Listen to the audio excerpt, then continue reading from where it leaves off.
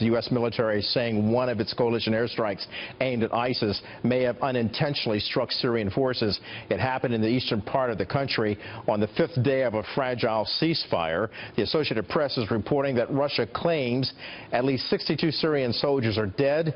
The U.S.-led coalition is now calling off its air campaign against the Islamic State terrorists in that area. Aaron David Miller is a former advisor to 6 secretaries of state and VP of the Woodrow Wilson Center. He joins us now to weigh in on this issue. Aaron, thank you for joining us today.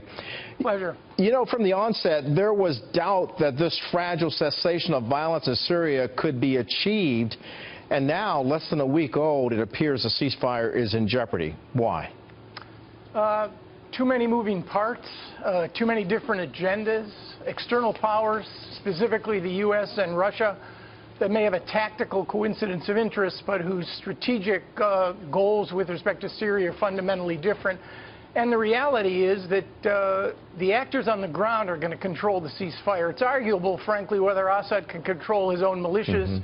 You've seen the difficulties in separating out the so-called moderate Syrian, carefully vetted opposition elements from those of Nusra and the Islamic State.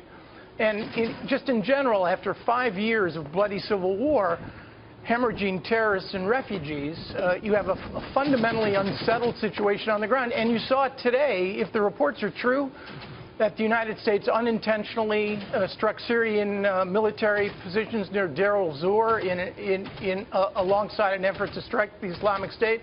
All this is going to do is make the situation on the ground much more complicated. It's going to confirm conspiracy theories that we really are supporting the Islamic State and backing the Iranians against the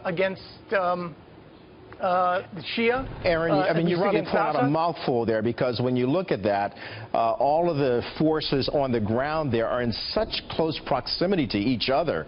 So that was always one of the concerns when Russia involved itself into this Syrian conflict. And now you have Russia and the United States both pointing the finger at each other for various violations of this agreement, and more importantly, valuable humanitarian aid that was designed to get to those Syrian people caught in the crossfire of this civil war. Well, it has not been met. It's not been delivered due to rebel factions in Aleppo, and so now Russia accuses the U.S. of not being able to control opposition rebels. How can the U.S. resolve this conflict or this issue in order to keep this fragile ceasefire secure? I mean, I'm not sure they can, and I think we have to stop thinking about comprehensive solutions and get used to the reality that you're going to be dealing with very uncertain outcomes. Look, for the next 3 or 4 months, Barack Obama and Vladimir Putin actually have a coincident sort of overlapping goal, which may, in fact, suggest that this thing can be put back together. Obama wants to leave office with the situation in Syria a little more stable and preempts criticism that he has been too passive in the face of a 5-year struggle. Putin wants to use the U.S. in order to secure and legitimize Russian interests there. Both of these actors fundamentally believe that there is no overarching comprehensive deal in Syria. And I suspect it's going to be left to the next he or she, R or D, to deal with Syria as well as the other headaches. All right, well said, Aaron, and I'm not trying to interrupt you, Aaron, but I want to get to another question real quick, because we're going to lose you in a matter of time. A more intense focus will be on Syria when the United Nations 71st General Assembly convenes next week. Will the UN Secretary General Ban Ki-moon and the heads of state like President Barack Obama and Vladimir Putin be able to, and obviously you're saying that it's probably not likely, but will they be able to secure some sort of diplomatic and peaceful end to meet the humanitarian need that exists because of the Syrian conflict?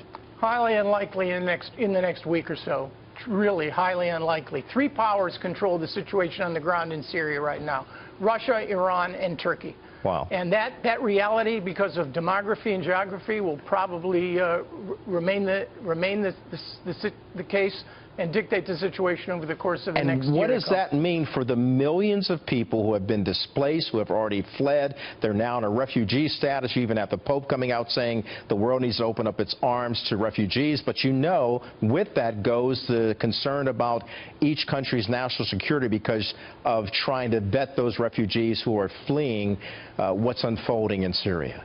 moral, humanitarian, and strategic tragedy and disaster for the United States. Largest single refugee flow since the end of the Second World War. But let's be clear about something. The U.S. record on humanitarian interventions, from the Holocaust to Rwanda to Darfur to Congo, with the exception of Bosnia, is pretty poor.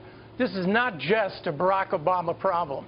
This is a problem that the United States has confronted for the last 50 to 60 years, trying to figure out how to deal with these humanitarian catastrophes when their interests were involved, our interests were involved, and even when they're not. And frankly, given our track record among Republicans and Democrats, we still haven't found the right prescription to deal with internal events like Syria. Aaron David Miller, thank you for your insights and your perspective, sir. Good day to you. Always a pleasure. Thank you.